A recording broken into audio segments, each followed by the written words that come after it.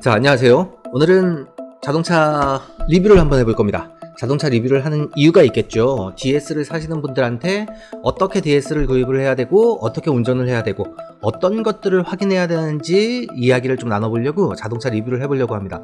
제가 가지고 있는 자동차는 2012년식 시트로엥 DS3 1.4 eHDI 시크 모델입니다. 이 자동차를 사게 된 이유는 여러 가지가 있겠지만 그 중에서도 가장 중요한 건 연비 때문에 선택을 하는데 큰 역할을 했고요. 또 한 가지는 디자인도 많은 역할을 했던 것 같습니다.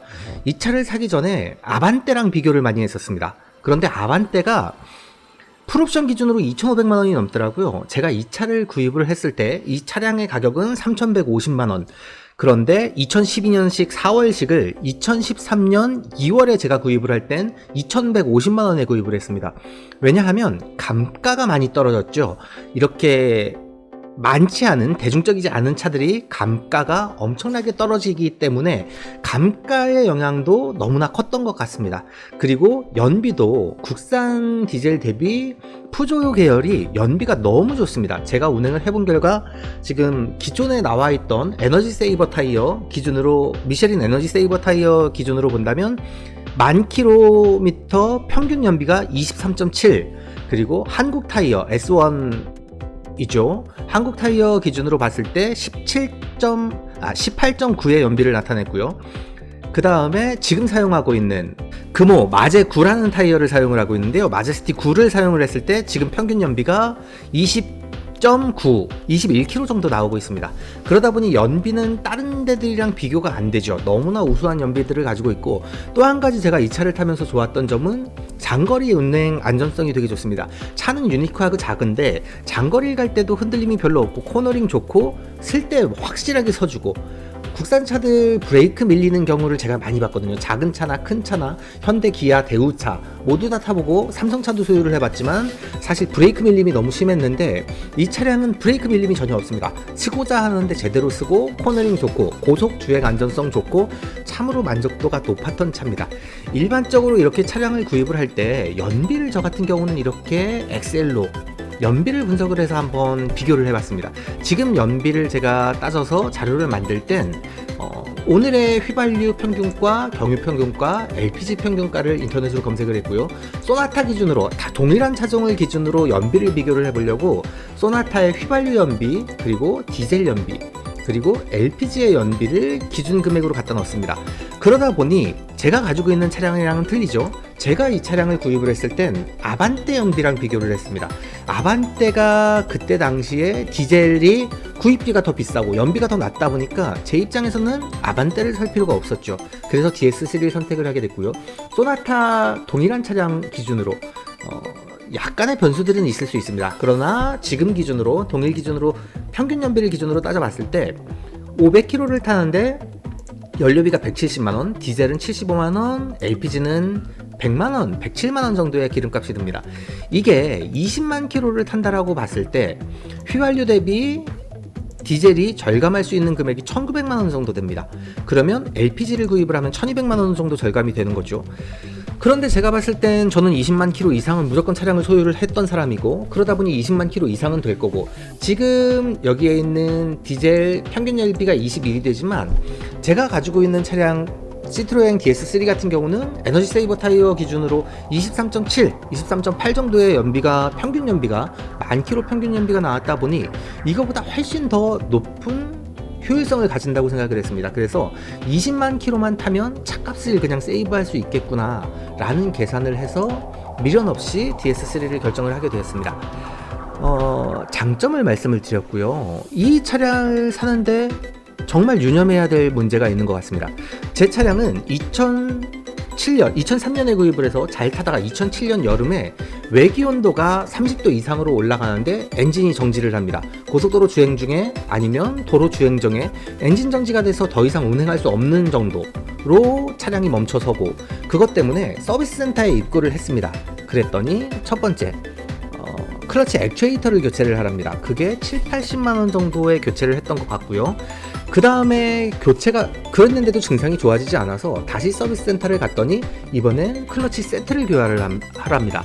그게 센터 견적가로 160만원 정도 했었죠. 그런데 제가 저는 지금은 세종에 있는데 청주에 거주를 할 때 청주에서 대전이나 아니면 분당 서비스 센터로 가지 못하다 보니까 청주에 푸조 시트로엥 메카닉 분이 계십니다. 되게 유명한 분이시고 이쪽 계열의 차를 잘 보시는 분이라 그쪽에서 클러치 세트를 교환을 합니다. 그럼에도 불구하고 100만원대는 훌쩍 넘어가죠. 그렇게 교환을 했는데 하다 보니 뭐 이래저래 하다 보니 2007년이 그냥 갔습니다. 그래서 2008년이 됐죠. 1년이 지났죠. 2008년 5월달이 되니까 다시 자동차가 정지를 합니다. 30도 이상의 온도에서. 그래서 다시 서비스 센터에 문의를 했더니 클러치 액추에이터를 교환을 해라. 똑같은 얘기를 하는 거죠. 작년에 했는데 좋아지지 않았다. 그렇게 얘기를 했더니 클러치 셋을 교환을 하랍니다. 그래서 클러치 셋은 내가 청주에 있는 사설에서 교환을 했다. 그렇게 얘기를 했더니 이분이 뭐라고 얘기를 하냐면 그럼 다시 교환을 해봐야 된다. 이렇게 얘기를 하는 겁니다. 클러치 액추에이터부터. 작년에 교환을 했는데 왜 다시 교환을 하냐 그랬더니 처음부터 다시 해봐야 클러치 액추에이터랑 클러치 셋을 다시 교환을 해봐야 된다. 그래서 제가 그럼에도 불구하고 고쳐지지 않으면 어떡할 거냐라고 얘기를 했더니 그러면 나머지 부품을 순차적으로 교체를 해봐야 된다라고 얘기를 합니다. 이것 때문에 제가 5월, 6월, 7월, 8월, 9월, 10월을 차량을 운행을 못합니다. 다른 차량을 사서 두 대를 동시에 운행을 하는 거죠. 왜냐하면 이 차는 더울 때 운행을 할 수가 없으니까. 그래서 다른 차를 운행을 하다가 이 차가 그런데도 너무 좋아요. 지금 보시는 것처럼 제 차도 돌방도 하나 없습니다. 겉에서 보기엔 완전히 새 차랑 똑같습니다. 도장도 좋고 차량 운행 잘 되고 잘 달리고 잘 서고 코너링 잘 돌고 너무나 좋은 겁니다. 연료비도 얼마 들지도 않고요. 제가 혼자 장거리 출장들을 많이 다니는데 그럴 때 사용하기가 너무 좋아서 이 차를 그냥 타고 싶습니다. 그래서 2010년 겨울에 지난 겨울에 푸조 시트로엥 공식 서비스 센터 아니죠. 푸자 시트로엥 한국 판매 법인 쪽으로 제가 메일을 보냅니다. 나는 이 차량을 너무나 좋아하고 주변에 이 차량에 대해서 칭찬도 많이 하고 있고 많이 권해주고 있다. 난 이 차를 고쳐서 타고 싶은데 여름철 외기온도 30도만 넘어가면 운행을 할 수 없다 보니까 좀 고쳐줘라. 돈이 들어도 나는 고치겠다. 그러니 제대로 고칠 수만 있게 해줘라 라고 얘기를 했더니 시트로엥 본사에서 여름철에 증상이 다시 나타나면 가져 들어오면 우리가 완벽하게 고쳐주겠다라고 회신을 합니다. 그 이후에 5월 말경에 증상이 다시 일어났고요. 6월 달에 제가 차량을 입고를 합니다. 시트로엥에서 분당에 있는 서비스 센터가 기술이 제일 좋다 보니 그쪽으로 입고를 하라고 해서 분당 서비스 센터로 입고를 했죠. 분당 서비스 센터로 입고를 했는데 차량 증상을 확인하고 고치질 못합니다. 그리고 동일한 이야기를 합니다. 클러치 액추에이터를 교환합시다. 클러치 셋을 교환합시다. 그 다음에도 안 됐다. 안 되면 어떻게 할 거냐 그랬더니 나머지 부품들을 순차적으로 교체를 하면서 되는지 안 되는지 봅시다 라고 얘기를 합니다.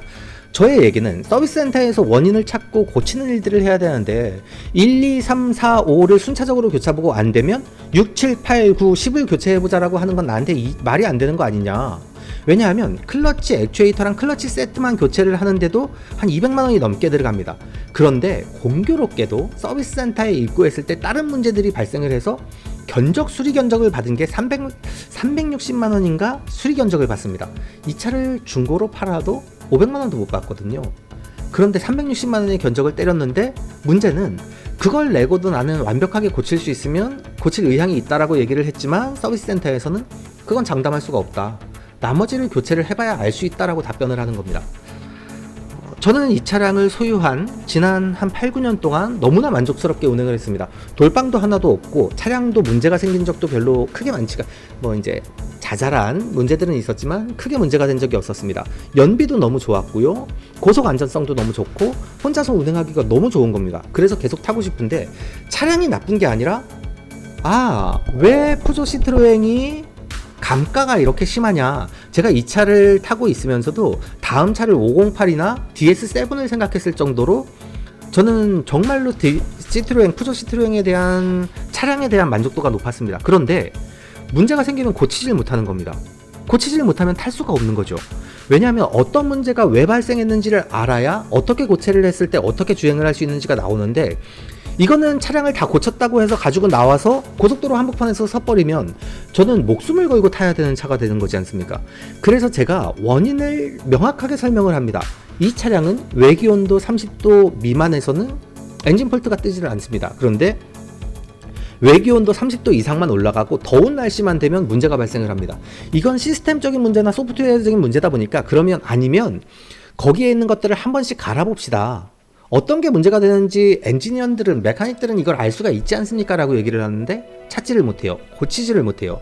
그래서 차는 이렇게 깨끗한 상태로 잘 달리고 잘 서는데 저는 이 차를 폐차를 해야 되는 상태가 되었습니다.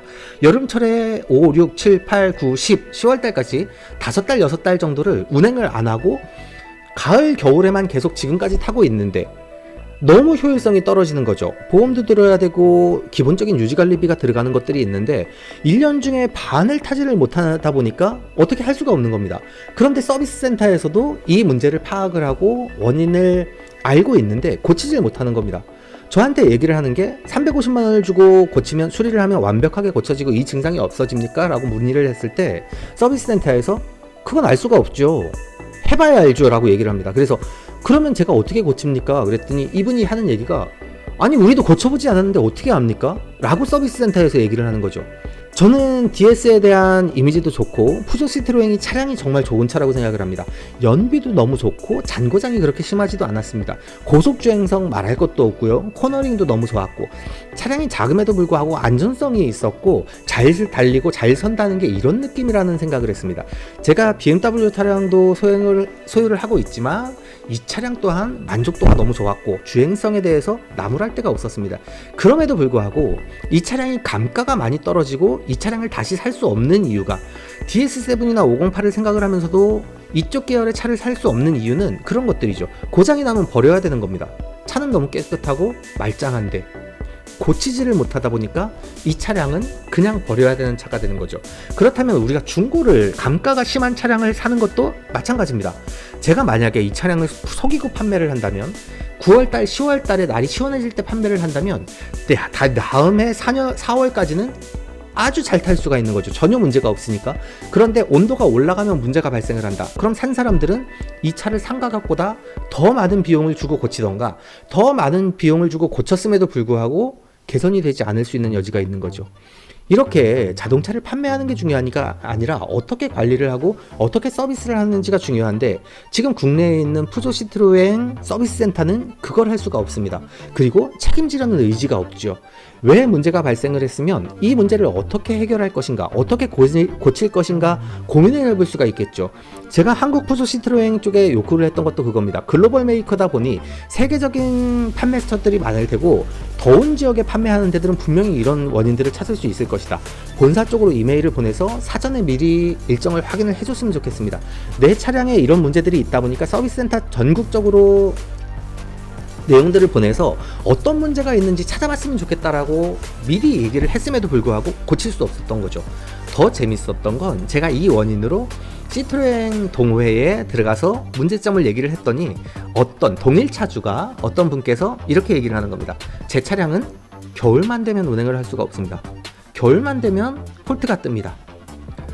제가 장난삼아 그 차랑 이 차랑 두 대를 가지고 있으면 문제는 해결되겠네요 라고 얘기를 했지만, 이건 시트로엥 측에서, 아니면 푸조 시트로엥 국내 서비스 측에서 명확하게 하고 책임을 져야 될 문제인데, 한번 고친 제품, 그것도 수백만 원이 하는 제품을 이걸 고쳐보고 안 되면 저걸 고쳐보고, 그것도 안 되면 그 다음 것들을 한 번씩 갈아보면서 테스트를 해봅시다 라는 무책임한 얘기를 한다면 이 차량이 국내에 보급이 되고 안전하게 자리를 잡고 하는데 어떻게 도움이 되겠습니까?